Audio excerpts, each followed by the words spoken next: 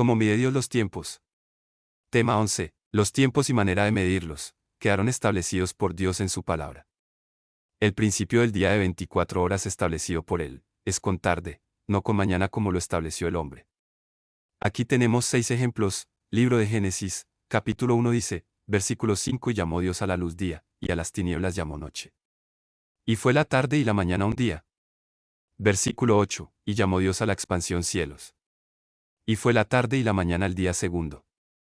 Versículo 13, y fue la tarde y la mañana el día tercero. Versículo 19, y fue la tarde y la mañana el día cuarto. Y versículo 31 dice, vio Dios todo lo que había hecho, y aquí que era bueno en gran manera. Y fue la tarde y la mañana el día sexto. Fin de cita.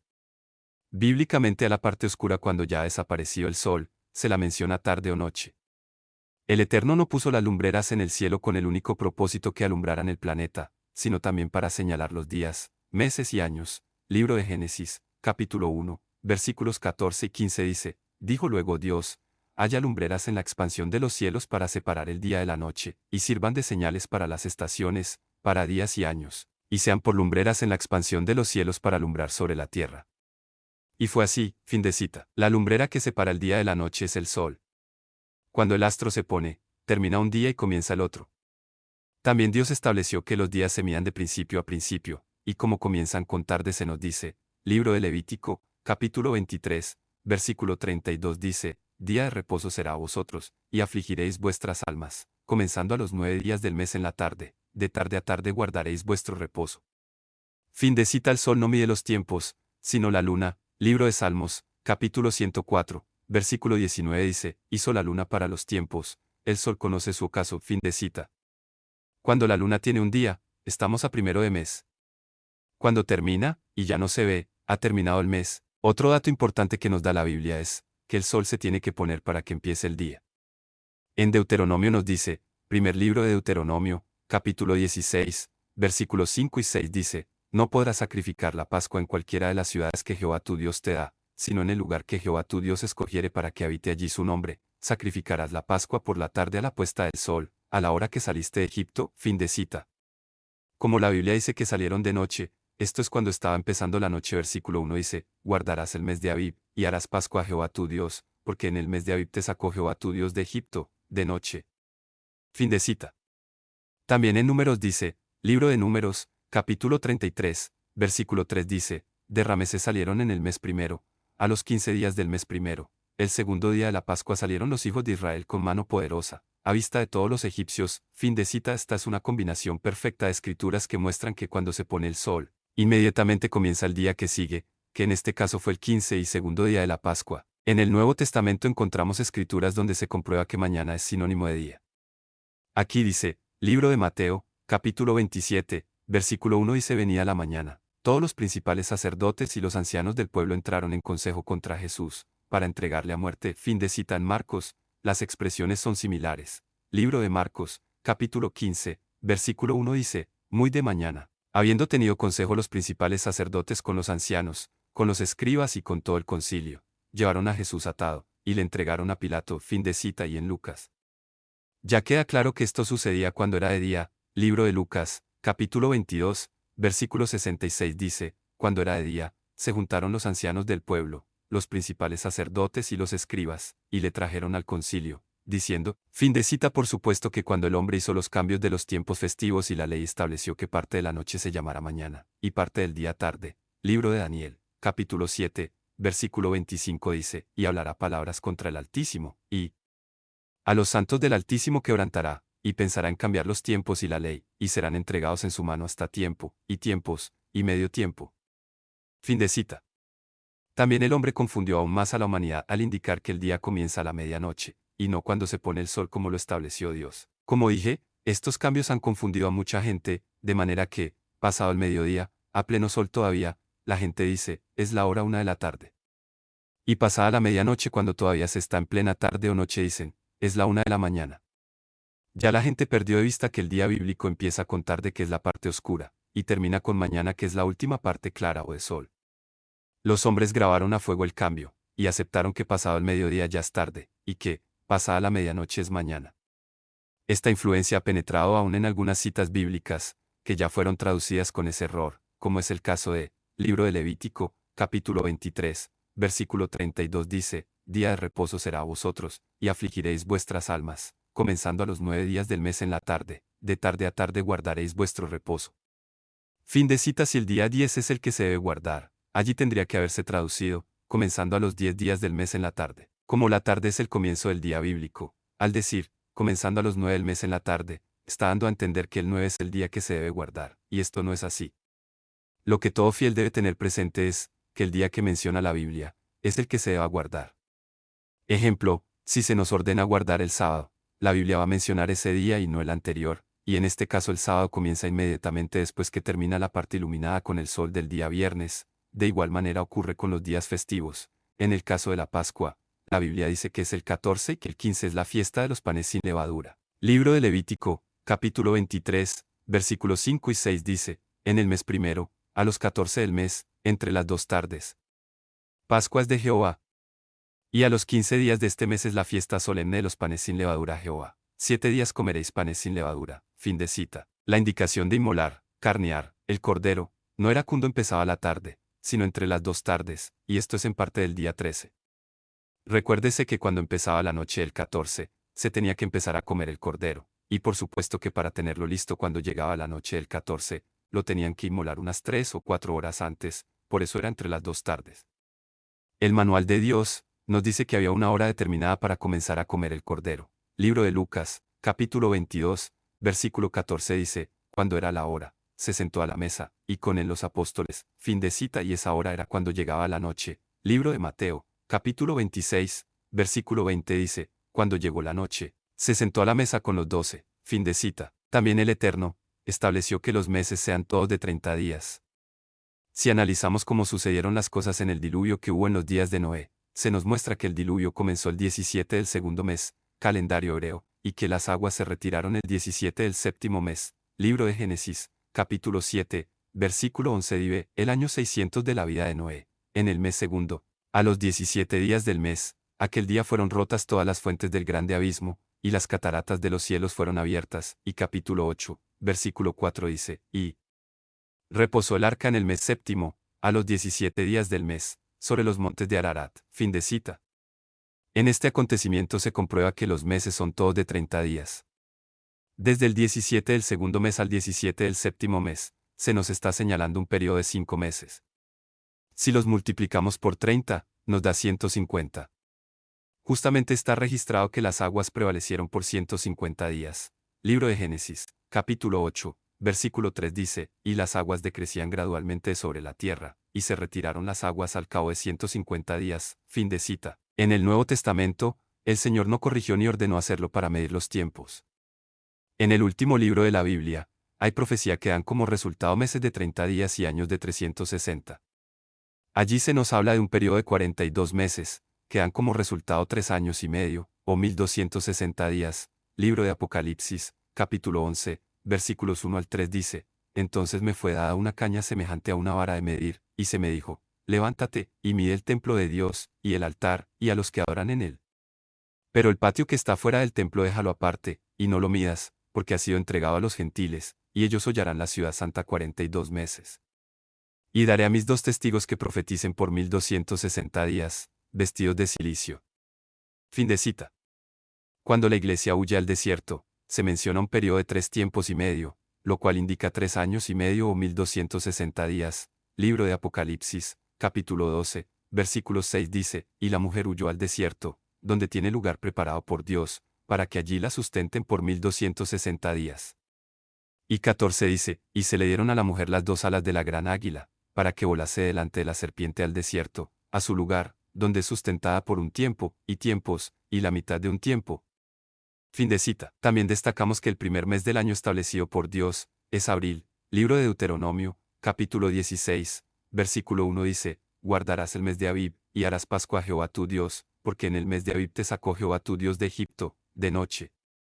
Y libro de Éxodo, capítulo 12, versículos 1 y 2 dice, habló Jehová a Moisés y a Aarón en la tierra de Egipto, diciendo, este mes os será principio de los meses, para vosotros será este el primero en los meses del año. Fin de cita. Los hombres cambiaron lo establecido por Dios, y decidieron que fuera enero.